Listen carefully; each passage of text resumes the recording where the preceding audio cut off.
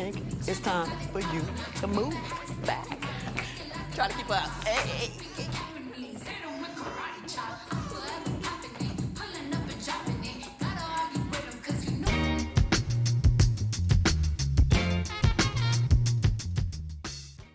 Welcome back to Restorative Justice Reflections. I'm David Ryan Barcega Castro Harris, all 5 names for all the ancestors, and today I'm here with Alexia Pendleton, the dancer teacher, to dive deep into the restorative themes, or lack thereof, found in Season 1, Episode 9 of ABC's Abbott Elementary Step Class. As always, our conversation here is not a critique of the story or production choices of the creators, but we will highlight how restorative justice could apply to situations like incorporating dance into education, the struggles of working collaboratively, and building relationships with coworkers. Hopefully, this will give you some insight about how to apply restorative ways of being into your life in and out of the classroom. If you want to take a deeper look at applying restorative justice to your life, join our Inner Circle community to connect with RJ-minded individuals and get bonus content. Deepen your practice by checking out our courses. And if you want to see this work in your school or organization, invite us for coaching or training on implementing this work. Of course, the links to everything down below. Now let's get to it. Oh my goodness, Alexia, it is so good to have you here on Restorative Justice Reflections. Tell the people who you are and why you're excited to talk about this specific episode of Abbott Elementary. My name is Alexia, obviously, but other people know me as the dancer teacher. I'm a kindergarten teacher in New Jersey. I am a dance instructor as well, so I teach hip hop in a dance studio, and I also teach hip hop to adults in hip hop fitness class. So the name goes with what I do. I am a mother of 2 boys, a wife, and I am excited to be here because these conversations are important, especially as an educator. And if we want to, make impact and change, these are important conversations that we need to have. Absolutely. And of course, as the dancer teacher, this was the episode of Abbott Elementary that I was like, oh, as I'm scrolling my feed of like teacher Instagram, like who would be the perfect fit? Alexia. Seeing like the videos that you put out with your kids, the energy that you bring. It's a kind of a mix of Ava and Janine in this space. On a high level, why was it important for you to like talk about this episode of the show? I guess I really resonate with, both characters and the theme of it, and really, incorporating the importance of dance, and our kids really performing and getting out there. So this episode was all about, the students and their performance, a couple of other things in between, but I really enjoyed the highlighting of, the importance of our students and how they can really show their confidence, their having fun and doing something that, resonates with them. Sometimes our students don't get that opportunity to self-express, and dance is an important way to do that. Yeah, this doesn't happen within the scope of a classroom. And so before we get to the episode summary, I'm curious how you've incorporated dance into the life of your students. Oh, so everything we do from the moment that the students walk in the door, I like to reimagine what school and the classroom looks like. So from the jump, from the minute they walk in, there's music playing. Kids have the opportunity to eat breakfast. They get to talk to one another. It's a whole community experience. The music is going, and I kind of want it to feel like, you're at a family cookout, or you're at, quinceañera, or a dance at school, or something where we come together, we have fun. Music is and dance is so important, not only for community, but also for like the brain and learning, and it heightens and triggers all different areas in the brain. So we get started from the jump with that, and then throughout the day we have a lot of opportunities for, I call them brain booms. So the students get to like dance or move in between our lessons, and how we go in between reading or math or phonics. There's always like every 5 to 7 minutes, there's a way that music and dance goes with the lesson, but it's incorporating what they're learning. And it's, you know, a great way to get them up, moving, learning. Their brains are activated. And we end the day with, you know, another music. The kids get ready, they sing, they dance. And of course, on Fridays, we have our Freestyle Friday where the kids we have a big community circle and they all get to freestyle in the middle. And it's just, you know, it's all about the love, community, and joy throughout the day. Yeah, you know, you're working with kindergartners for the most part, like within the school context, right? And Yeah. what's beautiful about that is like they're often less inhibited than maybe older kids would be, and it's really great that you're able to, you know, take advantage of that kind of energy and encourage that space. But I imagine sometimes dancing might be intimidating for some students. How do you navigate that part? Well, again, that comes with like giving students choice. So I'm all about like, you don't have to do it if you don't want to. I'll never force a student to, you know, get up if they don't want to. And it's just about their feeling comfortable and feeling free. So sometimes as grown-ups or teenagers, you know, our freedom is suppressed because of the systems that are in place, or, you know, teachers are telling us to sit down and be quiet, and we've been conditioned to not feel that freedom. So in my space, I always want to encourage students to be free in themselves, and eventually, you know, I'll see that confidence grow, and they don't have to be good at dancing. Most of the times they're just they doing whatever. But to see them in that free space, in that moment of like that one student that might be quiet and shy, and like the song comes on that they like and they're like doing all the things. So never a forceful thing, always about building resilience, confidence, and self-expression. Beautiful. And for those teachers who might not be in the kindergarten space, like how have you encouraged them to incorporate dance, expression, and other things into the life of their classrooms? Just having, you know, conversations or showing them that it's not as hard as we make it. You know, sometimes it's like, well, you teach kindergarten, so you can do it. And it's like, no, you can like break out of the box of what education has always been created to be, to really revolutionize it and rethink what a classroom should be. We have to challenge those systems. And that sometimes is hard because breaking teachers out of something that they've always done, it's like, well, I'm not trying to change because this is the way it's always been. So just encouraging them, like, you want to feel joy, and it starts with you. So maybe add a song that you really enjoy, or play music while the kids are working, or, you know, have a dance party at the end of the week to celebrate academic success.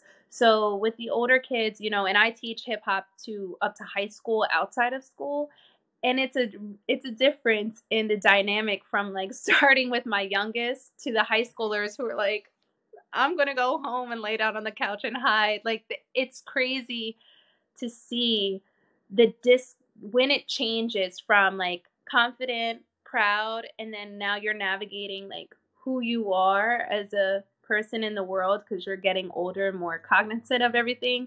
So just, you know, encouraging those teachers just to take a risk, to be uncomfortable a little bit, to try it, because if your students don't see it in you, then how are they going to be able to do it themselves? Yeah, you know, so much of this is about, you know, how we show up, what space we create. This isn't necessarily in this episode of Abbott Elementary, but there have been times, right, where we've had teachers try to be someone that they're not. And, you know, that backfires. I'm thinking really specifically about, you know, Jacob in a past episode, like trying to roast his students. Like that doesn't go well. And like, No. if you trying to be, you as a teacher listening to this, trying to be Alexia, that's probably not going to work. How are you going to be you in that space with music? What is the journey that you're going to go through with identifying like how music incorporates into your life? How are you going to share that with your students? How are you going to invite them into doing this? And like, there's so many parallels between this and how we exemplify restorative justice in the classroom, right? The way that I lead a circle, the way that I invite students into relationship building, like, isn't going to be the same because I'm not Alexia, right? Exactly. And neither of us are you. And so as much as we want to learn fundamentals and frameworks of restorative justice or, music or dance, so much of it is how are you contextualizing it to you and your students? Mm-hmm. Absolutely.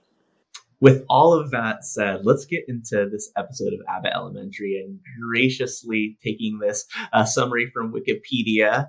We have Ava taking over Janine's after-school step class. 5, 6, 7, 8.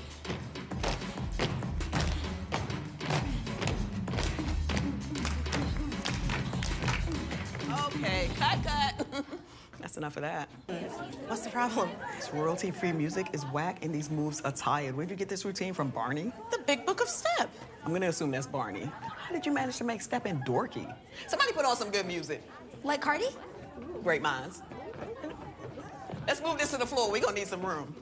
So when we see this episode as a dance teacher, as a kindergarten teacher, as someone who's participated in school structures as a student, and of course now as a teacher, what stood out to you? Of course it stood out, like a big theme throughout the episode was like being, and it's crazy because we just talked about like being who you are and not being afraid of like doing that, and how we like will try to conform or like try not to shake things up because we don't want, other people to call us weird or say that, we're not the same or we're not, doing what everybody else is doing. So we see that especially like with Gregory and his need in the beginning to be like trying to hide the truth of it all. And then we also see that with like Janine and Ava's dynamic of like what Janine brings from like her background with step and dance. And it's clearly the complete opposite of what Ava brings. Okay, they're not even following the routine. Look, the point of this class was to teach them structure and responsibility, not Cardi B lyrics. Do you ever talk about anything other than structure and responsibility? Yes, pride and leadership. Step is supposed to be fun and about expressing yourself. You use that to create a routine. So like finding that freedom in who you are and then bringing that together as a community to say, you know what we both bring, what we both like, what we both enjoy, like it's a both and we can bring that together to really create magic within our community. Mm-hmm. Absolutely. And I'm thinking about how in that beginning of this episode, like we have Janine really, really excited and really enthusiastic about giving her students this opportunity to participate in STEP, something that she found really valuable for herself. And through that, she found, discipline, responsibility, and that's what she is trying to impart onto her students. Students aren't really being responsive to it. I imagine if I was a student who was signing up for an after school dance class, I would be looking for fun and dancing. And as much as we can be critical of Ava in other ways on the show, and there are many ways that we can be critical of Ava, she does really take time to be attentive to what the students are looking for, and bonds with food, bonds with getting to know them, bonds by getting to share. As Janine is rigidity and order and let's learn things the way that I did it. It's not necessarily wrong that Janine's doing that, but taking time to learn, to meet the students where they're at, can be so important to actually getting to those goals of responsibility, leadership. You just have to have their buy-in first. Facts. Yeah, absolutely. When we have Ava show interest in joining this STEP class, we have a bunch of the teachers who are skeptical. I already know that I'm enough. Okay, listen, this has got bad news written all over it. She only looks after herself. I've seen her push students out of the way during a fire drill. True. I'm gonna choose to look at the glass half full. Okay, it's your glass. Just make sure Ava doesn't spit in it. Because of all of the ways that Ava has shirked responsibility in the past and in many ways just been a bad principal. But Janine, I really appreciate the way that she gives Ava the benefit of the doubt. And as much as Ava is the principal in this school. Like, it's sometimes helpful to think of her in the show as just another learner who like is being given another opportunity to like share what she has to offer.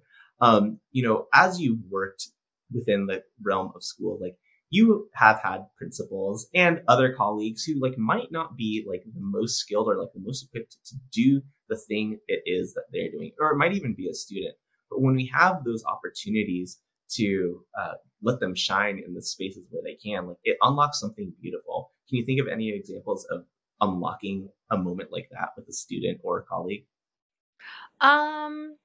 Yeah. So I am on obviously kindergarten team, so it's like me and another two kindergarten teachers, and over the summer last year I was able to work with my I call co-teachers because we're co-teachers in a sense.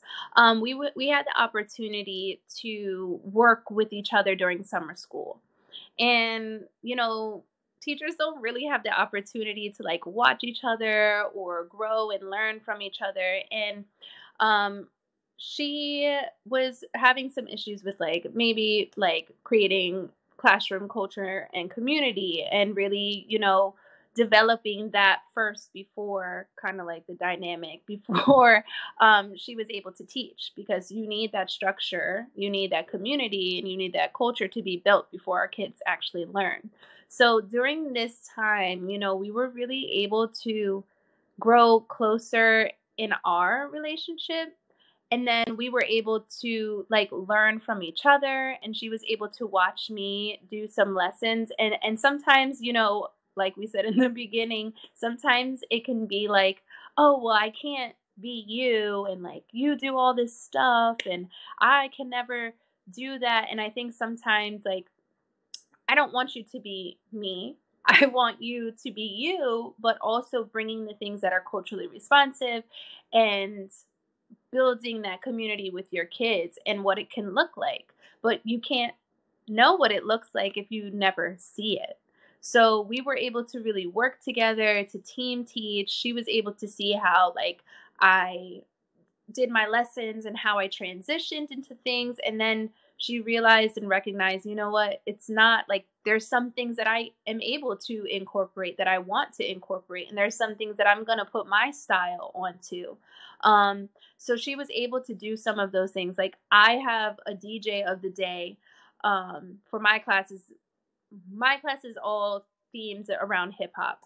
But she loves like Motown music, and she's like an old soul. So she had like, instead of the DJ of the day, she did the musician of the day. So like the lead singer is, I think that's what she called it, the lead singer. So she like incorporated that, and she incorporated different movement opportunities for the kids and different, different structure to make her day go a lot smoother, especially for kindergarten, because they be wildin', okay?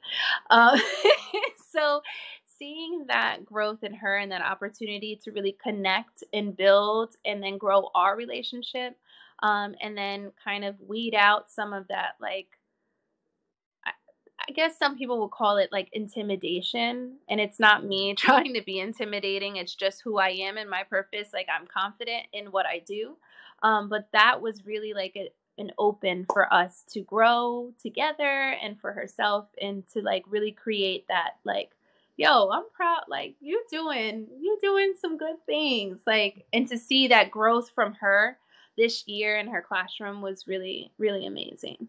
Yeah, I'm thinking about, we do have the limit of 21 minutes in this show, but Janine and Ava don't take any time to talk about what is our collaborative approach here. Like, what are your strengths? What are my strengths? It's kind of just like your turn, my turn, your turn, my turn. And those themes are clashing.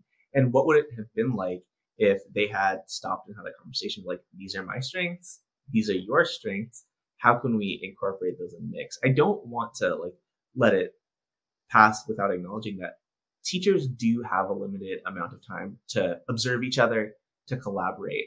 So to school leaders who are listening to this, and even teachers who are like informally trying to create those spaces, that's important, right? What are the opportunities that you're taking to learn from your peers, like support each other, right? Because, there are things that you learned from your co-teacher that like you never would have thought about if you hadn't taken that time to, share with her, right? It's not about like Alexia is the keeper of all the knowledge and all things to be like a perfect kindergarten teacher, right? Like she has things to contribute to you as well, right? I think about restorative justice assumptions, like everybody has gifts and we're all needed for what we bring is so important. And to create those opportunities for those gifts to be identified and shared and people to be acknowledged and affirmed for having those gifts is just so important. It's so important. I agree. Absolutely. We have these skeptical teachers in the episode because Ava has a background in not showing up for any number of her responsibilities. And at the beginning of this episode, we hear that, she's come back from a week-long vacation. As she assumedly bails on this performance, doesn't show up, tells the students that like, hey, Janine's going to have to take over. Principal Coleman left. You're going to have to lead us. What do you mean she left? She said that something came up and that you'd handle it. I can't handle it. I barely know the routine. That's what I said. Where are you going? I'm busy right now, Janine. What, are you waiting for an Uber Black to take you to an Uzi Vert concert? You know that man don't come out during the daytime. Go take care of step class. I can't because you changed the routine. Then do your whack-ass routine. You know what? Everybody told me not to trust you. They said you do this, and I said no because I believed in you. And now it's messing with the kids. You can't think of anyone other than yourself. Oh, an airport van to take you on another vacation?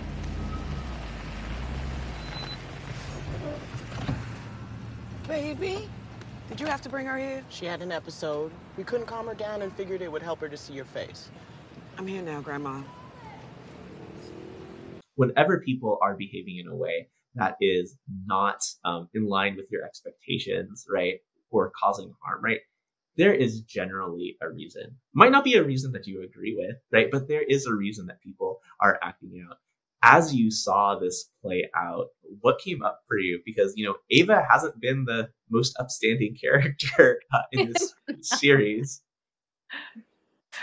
No, she has not. And I think it made me think on a deeper level, what people around us are truly going through and the assumptions and, stigmas that we place automatically as humans who prejudge people without really having the connection or time to get to know them, and understanding that usually everything that happens is caused for a reason, and we might not know what that reason is.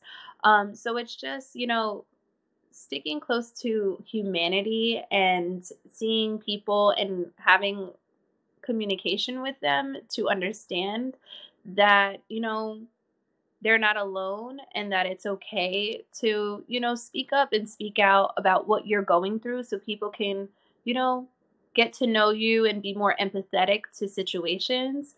And then kind of getting to understand why people not what happened to you instead of why are you this way? What is going on in your life? What has happened with your past? What has happening now in the present? What happened when you were a kid? This is all a part of who we are as adults, how our kids are shaped. So I think for me, thinking about me as an educator, as a dance instructor, as, a fitness instructor, all of these things is really getting to know the why behind behaviors and developing a closer relationship and making that connection, because it doesn't excuse it, but it gives us a lens at which we can see and understand why these things are happening. And then if we have to, collaborate or communicate in a way to solve problems or to show growth or fix things, we have that space and that knowledge to do so. Yeah, a broad framework for having a restorative process, restorative conversation is that what happened instead of what did you do, what rule did you break, and who was impacted and how and what needs must be addressed in order to make things right or as right as possible. But in that what happened, right, there's so much more to explore there. Like what happened in this moment, sure, but what happened leading up to this and all the things that you talked about, like what are the things that you experienced before? What is the nature of the relationship between those people? What is the culture of the school environment that would lead to Ava not sharing about this with her colleagues, right? We've seen Abbott Elementary, as much as these teachers come together in times of crisis, things become crises because they don't communicate about like simple things going on. They're afraid to ask for help, afraid to be seen as a bad teacher, afraid to be seen as a bad principal, afraid to be seen as somebody who's weaker, afraid to be seen as someone who's like growing old and out of date, right? Like all of these characters exhibit lots of these things and put up walls, put up masks, try to hide their behavior, try to hide their flaws. And if we had created an environment where people were able to ask for help, right? We're able to share who they are, liking pizza or not, right? We might have been able to prevent like so many of these issues. Of course, when we do have these issues, it's still important to apply these frameworks. But I think so much about like the proactive restorative practices that are necessary to build and strengthen as well as repair relationships when harm occurs. If you're appreciating this video, like to help us in the YouTube algorithm, subscribe so you won't miss a video, and share it with someone to help us further amplify this work. Now back to the show. We do have a really good example of this in the B story of this episode, where we have the teachers sharing their favorite pizza joints. Everybody bring in their favorite pizza and we'll have an eat-off. Okay. Gregory, you never told us your favorite pizza place. Oh, I should sit this one out. I'm more of a Baltimore-style pizza guy. Ooh, Baltimore pizza. I've never heard about that. What makes it so different? You never heard of Baltimore style? Oh, it's great. It's really crunchy and like wet. Wet? Yeah. No, it's great. Next time you're there, go to Say Cheese. Say Cheese Pizza. They soak it. It's like sopping. I gotta go talk to a child about the thing. As you saw Gregory struggle with this in this episode, like trying to fit in, I'm curious if there are any instances in your early teaching career where you felt the need to fit in. Like, how did you overcome that? In the beginning of my teaching career, I was very like around other adults. I was very muted. I felt the need to always like not say anything, to be quiet, to like keep the waters, steady. I always like when I'm around kids, like I'm always like, I'm going to be who I am. I feel free. Like I'm going to, do the things that I know are best for my kids, and just be outside of the box. But whenever I was with, colleagues or in meetings for work, I was always like, don't say anything. I felt like I didn't, fit in because I was so different than most teachers around me. And then I started to, be more confident in who I was as a teacher. I started therapy. And then I had to it's weird, but I had to force myself, and I anxious and anxiety would come, and my mouth would be dry, and I would start to sweat, my heart would race, and I would speak out even though I was experiencing those things. And throughout some time, I would build the confidence, and then talking about why I was feeling these things. And then now it's I feel free in myself and confident in myself to be able to speak what I feel, speak the truth, speak up for my kids. And yeah, I feel more confident, and that comes with time, that comes with experience, that comes with, I can speak because I could show you the facts and the things that I have been able to do as an educator, where in the beginning, I didn't have that. Yeah. That confidence. You talked about going to therapy. You talked about increased confidence. You talked about time and experience. But I'm curious if there are any instances that stand out that were oh yeah, I can be this way. What helped you overcome that fear? I think it was other people in my community outside, especially like during COVID, I connected with a community on Instagram of teachers, and they just filled me up with just so much and like reassurance. And they were like, girl, you better snap out of it. Like, you got this. So getting that from them, and connecting with people who are like-minded, who are invested in this work, are invested in creating bigger change and reimagining what the classroom is, connecting with my hip hop ed community. That was like the aha moment for me, to be like, you are special and it's okay that you're not like everybody else. There's a reason for that. So that was a turning point for me, for sure. Right. It's great that we find community in, places like Instagram, because we can connect with people all across the country, even the world, right? That's how we got connected. But what was it like to find community within your own school context? It took some time, as relationships take. But throughout the years, dealing with people who were not maybe like-minded or were a little intimidated by what I did. But as the years would pass, we have new leadership. I was able to connect with other teachers outside of my grade level who really pour into me, who see me and accept me for what I do and who I am. And it's been great to connect with them, to go on staff outings with them, to, having conversations about the importance and the changes that we want to make in the school. So it's been a great 2 years for me, really developing those relationships and, having teachers that I can call friends outside of school. Yeah. And, the Abbott crew, as much as this is just a sitcom, right? And they have to contrive the storylines into these 21-minute episodes, right? They do go through all of this, right? We're towards the end of season 1 when this episode comes, but we do see the evolution of their friendships that exist maybe outside of school, maybe a little bit more than friendships for some of the characters. But even the dynamics between Jacob and Gregory, Jacob being willing to drive all the way to Baltimore to do something to connect with a colleague, right? Those are moments that aren't in your job description, right? But they are things that will build relationship equity and the ability to speak into people and rely on people long term. Yes, absolutely. Is there anything else that stood out to you from this episode that you want to make sure that we highlight? I think what I really loved at the end was how Ava and Janine, they still have their relationship, but they came together and did the stomp together.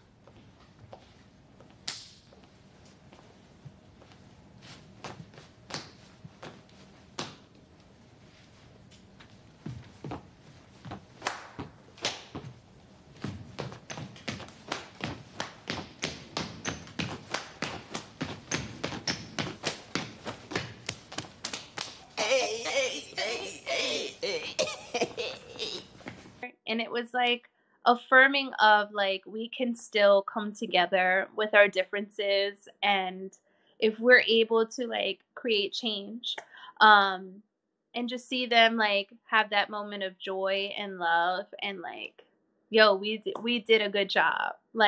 Even though it was kind of weird how they ended before that moment, and Ava went right back to talking down to her. Thanks, Janine. I appreciate you.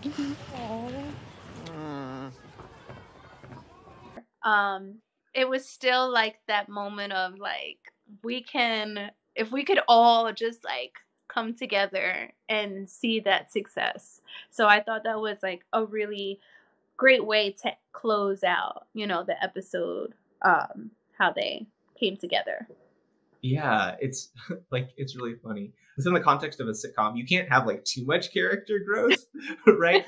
But in some ways, it is true to real life. I'm thinking about the circumstance where like it was working with the teacher who was dealing with the student who was like cussing her out all the time. And, you know, we have this restorative conversation, and we come back and like, she's just like, I don't know what's going on. He's still yelling at me. And I'm like, yeah, but is he cussing? See, that's growth, right? Growth. And like, that's not like restorative justice, a restorative process isn't like this necessarily cure all, like we stop patterns of behavior in moments, right? Like it is an evolving relationship that requires us to continue to show up, keep people accountable to the things that we want them to be, and support them in doing those things. Of course, no one is, holding Ava accountable to being like a better principal here in this space, right? But within the context of that relationship, we do see growth, which like is indicative of, the things that we experience in our everyday lives. For real. It is. And like you said, like noticing, because I had a student like that this year as well. Like we was at it. But I think like monitoring that and being like self-aware to say, you know what, she didn't throw a tantrum screaming at the top of her lungs.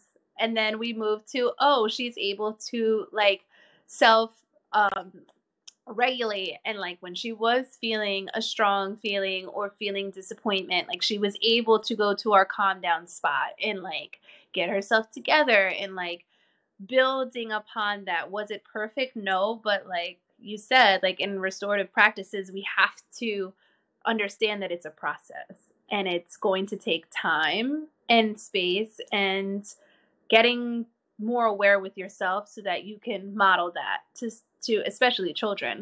But it takes time, and also considering the what and what they have gone through to why they're responding in a certain way. Yeah, I mean, going from like 2 tantrums a day to 1 tantrum a day to like being like really heightened, but then like being able to self-regulate, like that is tremendous growth, but like is not going to happen just because you have like one conversation with a kid, right? That's what we opt into as people who are doing work in education with human change, right? There's just so much time, and there's just so much work to be done, and it happens when we give it the time and attention that it requires. You've heard from us. Now we want to hear from you. Drop your restorative justice reflections in the comments. And if you want to join a live community conversation about our restorative justice lessons from Abbott Elementary, join us for a live event on Monday, July 31st. Link with more info in the description. Before we go, there's a question that everybody answers when they come on these airwaves. You have the ear of Quinta and the writers of the show. Pitch yourself as a character on Abbott Elementary. What would your story arc be? Oh gosh. Of course it would be the teacher that's like filled with joy and dancing, and it's like, I think for me it would be like a musical but hip hop. So I would be like the teacher that's like always singing and dancing and just being extra, and bringing, some fun and joy into the space with the characters. And about change. I would want to, change up what it looks like to be in a traditional classroom. So I think that would be the character I would want to be. Yeah. I'm curious, like, and just brainstorming, like, as people have witnessed on this in this conversation, like, you do bring so much joy, light, and energy, and I think that's something that Janine aspires to do in a lot of cases. Janine is also someone who like exhibits or like upholds like a lot of toxic positivity, right? Uh-huh. And I'm wondering, like, if that is something to play off of. I'm curious, how do you prevent your like upbeatness from becoming like that toxic positivity? Everything is sunshine and rainbows, and like we have to be happy all the time.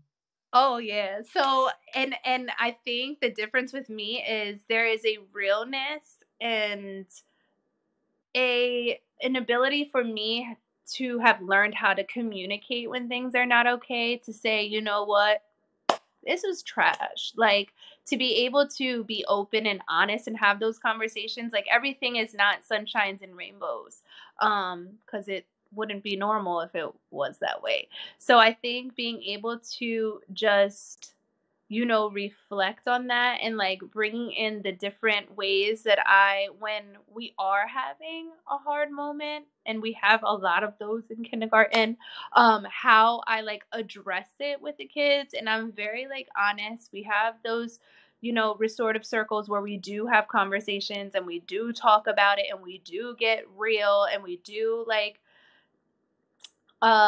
we will, collaborate and like work through the problems. And I'm 100% like, we gonna keep it a buck.